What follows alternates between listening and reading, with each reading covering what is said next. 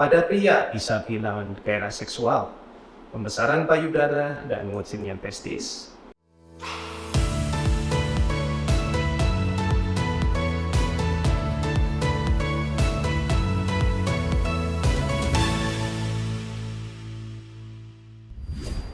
Halo sahabat Siloam, saya Dr. Probo Biantoro, saya dokter spesialis penyakit dalam dari Siloam Hospital Palangkaraya. Kali ini kita akan membahas seputar sirosis hati.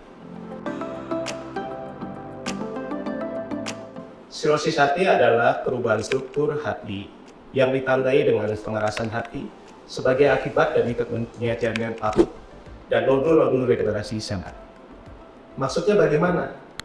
Biasanya, ketika ada perlukaan di hati, hati akan mencoba mengobati dirinya sendiri dengan membentuk jaringan parut. Tetapi dalam kondisi ini, jaringan parut terus-menerus terbentuk, sehingga hati tidak bisa berfungsi dengan optimal dan menjadi rusak secara permanen. Penyakit sirosis hati bisa terjadi karena oleh virus dan non-virus. Apabila disebabkan oleh virus, biasanya karena virus hepatitis kronis. Apabila disebabkan oleh non-virus, bisa karena konsumsi alkohol yang terlalu berlebih, lemak yang menumpuk atau kita sering sebut dengan perlemakan hati, diabetes mellitus, dan gagal jantung. Tetapi biasanya sirosis hati kebanyakan disebabkan oleh karena hepatitis B dan hepatitis C.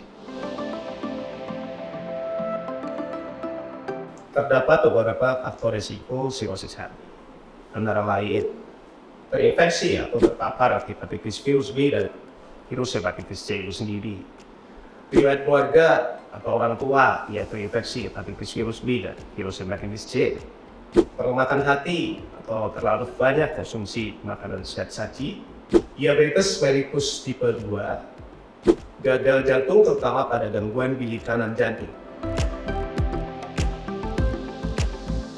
Gejala awal dari sirosis hati atau yang disebut dengan fase terkompensasi, artinya telah terjadi kerusakan pada sebagian sel hati, namun tubuh masih bisa mengkompensasi kerusakan tersebut. Seringkali tidak muncul gejala. Kalaupun ada, gejala ringan.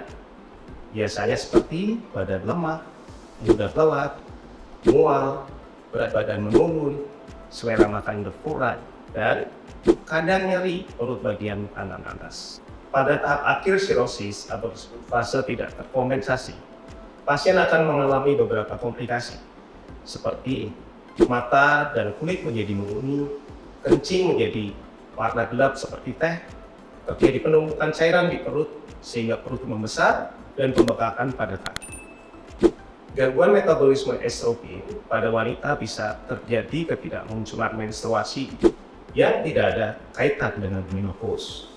Pada pria bisa kehilangan gairah seksual, pembesaran payudara, dan ngucilnya testis, pengeroposan tulang, gangguan produksi albumin dan gangguan produksi trombosit, varises di kerongkongan yang bisa menyebabkan perdarahan seperti muntah darah dan buang air besar warna hitam, pembesaran limfa, mudah terkena infeksi, malnutrisi, penumpukan racun di otak yang bisa menyebabkan gangguan tidur atau koma yang seringkali dikenal dengan encephalopati hepaticum, dan berisiko menjadi kanker hati.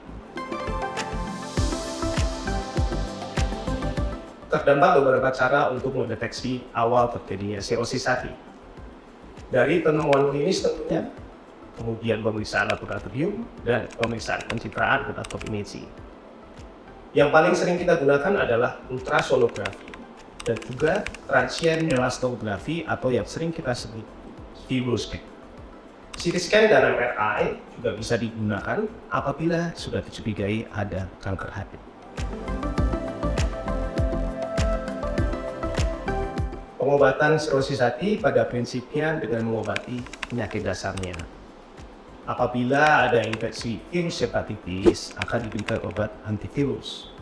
Apabila disebabkan oleh konsumsi alkohol yang berlebih, hentikan konsumsi alkohol. Apabila didasari oleh penyakit autoimun, akan diberikan obat steroid. Apabila kerusakan hati sudah berat, pengobatan dilakukan untuk meredakan gejala dan komplikasinya. Apabila ada edem atau pembengkakan perut dan kaki, akan diberikan obat diuretik untuk mengeluarkan cairan dari tubuh, serta diberikan diet dengan protein dan asam amino yang tinggi. Apabila hati tidak berfungsi, sudah terjadi kerusakan berat, alternatif yang bisa dilakukan adalah dengan melakukan transplantasi hati.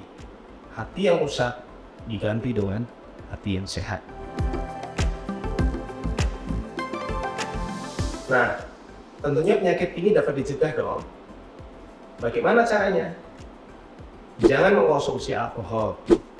Jaga berat badan ideal dengan mengurangi makanan yang berlemak. Lakukan olahraga secara teratur. Kurangi risiko penularan hepatitis dengan tidak berganti pasangan dan tidak berbagi jarum suntik. Dan lakukan screening paparan virus hepatitis B dan C di laboratorium.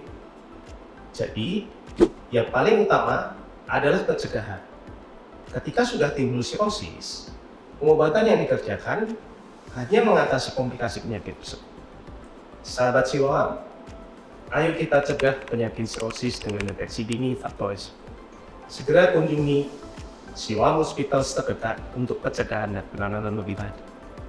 Jangan lupa untuk like, komen, dan juga subscribe channel YouTube Siloam Hospital. Saya Dr. Probo, salam sehat.